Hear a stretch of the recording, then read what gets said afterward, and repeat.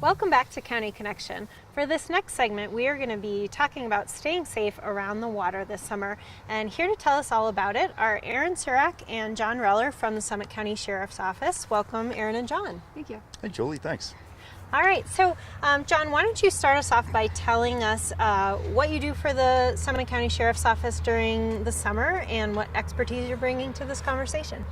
I'm one of the rangers that's on Lake Dillon that patrols the lake and the campgrounds around the lake, and also part of search and rescue and dive rescue. And we all work together, those three groups, for any emergencies that are on the water.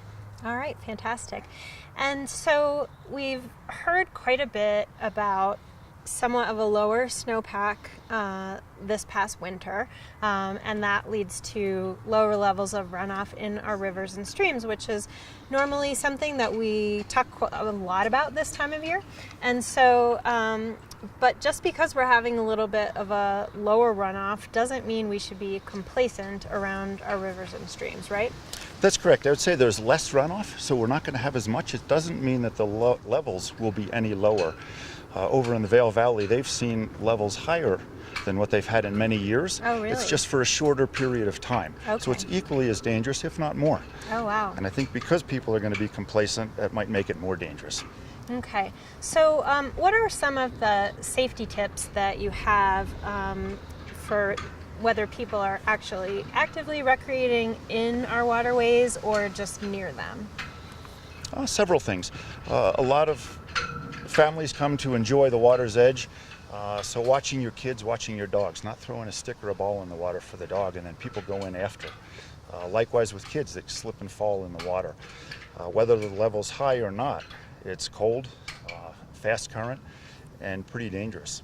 Also for fishermen, all the fishing waters that we have here, the gold medal waters, some of the proper equipment is really important. Wearing a belt on your waders so that if you do slip and fall, your waders don't instantly fill up and become an anchor for Sure. you. I mean, being aware of where you're setting up camp or the time of day. On these warm days, the water levels will rise throughout the day and into the evening, even after dark, as that snowmelt comes down from high up on the mountains. And then what are some cues with the weather that we should be paying attention to that kind of can change the conditions in our rivers and streams pretty quickly? Obviously the thunderstorms and clouds like we have right now rolling in on us, even if it's not raining where you are, if it's up higher in the mountains or in the valley that feeds the creek that you're nearby, can drastically change the flow in a matter of minutes. And it actually takes a surprisingly small amount of water in a fast-moving river or stream to knock you off your feet. Is that right? That's correct. Just 6 inches of water can move a car in water. So you might be able to stand there, but if you get knocked off your feet, you're probably not going to regain your footing. Okay. And then, so you talked about the fact that these rivers are a little more powerful than they may appear from the outside. So what is some of the proper equipment that you should have if you're recreating on or near the water? Aaron, I'll let you take that one. Okay. So behind us we have a number of items. Our personal flotation devices are probably the most important key to our survival in an accident in or around the water. We have various types of personal flotation devices. We call them PFDs. This one, for example, is one that is used more for river activity. In addition, when we're on and around swift water, in addition to our PFD, we generally recommend a helmet on our PFD, a whistle for noise making.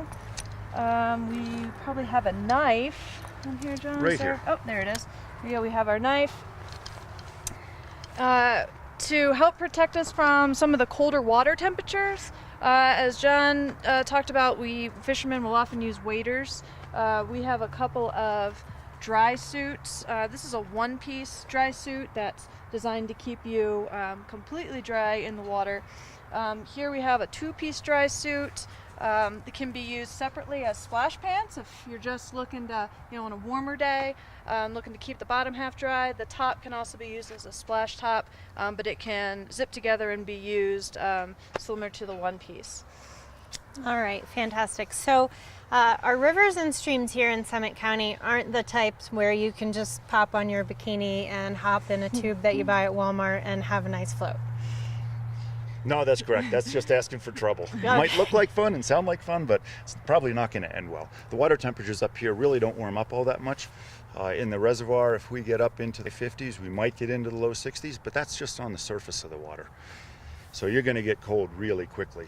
Right. And then of all of our streams and creeks are, some are spring fed, but mostly snow melt. That's Right. coming from a cold source. Right, it was solid not too long ago. That's right. All right. So let's shift over to from our rivers and streams, those swiftwater concerns, over to our other waterways. So you guys spend a lot of time on the reservoir. So what are some things that people need to be keeping in mind if they're on some of these more flatwater types of water bodies? First, like John said, the waters that are coming out of our mountains are very cold, which means our lakes are going to be cold. Our water temperatures are much cooler here than they are where most places that people might be used to recreating, like Lake Powell and some of our warmer areas. So that's something to keep in mind. Also, here in Colorado, as anyone that's been here for a while knows, we have very rapidly changing weather. So it can be glassy, perfectly smooth, wonderful conditions out there. You're out on your paddleboard having a great time, and next thing you know, the clouds roll in, the wind picks up, and you can be in trouble quickly. So some situational awareness around the weather is important. What should people be keeping an eye out for? Again, the wind picking up quickly, looking for dark clouds. Our weather patterns normally come from the west, so if you're looking toward the mountains and you're seeing some dark clouds developing, that's a good time to start heading in. Yeah, or to your closest shore. Right. If you don't think you're going to make it, depending on the winds. Right, and even for someone who is a strong swimmer, having a PFD is really important as well, right? Absolutely. I think, again, that's going to be the number one key to your survival if you find yourself in a sketchy situation. Because our water temperatures are so cold, people always talk about hypothermia. Well, hypothermia itself takes a really long time to set in. However, because the water is so cold, you go into kind of an instant water shock when you hit that water. The longer you're in the water, the more that blood is going to move from the outside of your body to the inside of your body to protect those important parts. So the outside of your body, your arms and the hands, the things you need to swim and to help keep you afloat, they're not going to work anymore. So if you have your flotation device on and it's worn properly and it's properly fitting, you're going to be able to hang out there for a lot longer before help can come. Okay, great. And we've already had a couple incidents, or at least one incident out on the reservoir where some folks haven't been prepared and haven't been keeping an eye on the weather. What happened, and how did you guys help them out? Well, a few days ago we had some folks, again, out on a nice sunny, warm, calm morning, out on some paddleboards and some canoes. Very quickly the weather picked up. The canoe capsized, folks fell off their paddleboards. They did not have PFDs with them. They had a lot of gear. They were struggling to get to shore. Fortunately, someone from the houses above witnessed it. They were able to call 911. While we were en route, they were able to luckily get to shore, but they did talk about how hairy of an experience that was for them. And they were actually from the area. They had been in the area for a while. They were familiar and had admitted that, wow, we just didn't think it would happen to us, and we thought we could get away with it. All right, so lesson learned there. Any other tips or lessons that either of you think that folks should be aware of this summer as they're working or playing around the water? It is a requirement when you're on the water to have a PFD, a properly fitting PFD for the activity that you're doing, and anybody under the age of 13 has to be wearing it at all times. Okay. And it's important to keep in mind, having it with you is one thing, it's not going to do you much good if it's not on you. Right, absolutely. And usually these things happen in a hurry. I compare it to when we go skiing and riding and biking, we don't carry our helmets with us, we wear them. Right. Because that's how it's going to keep us safe. And that's same with our PFDs. All right, great. Well, John and Erin, thanks so much for coming by today and sharing all this great information with us. We are going to take a quick break, and when we come back, we're going to talk about Bike to Work Day.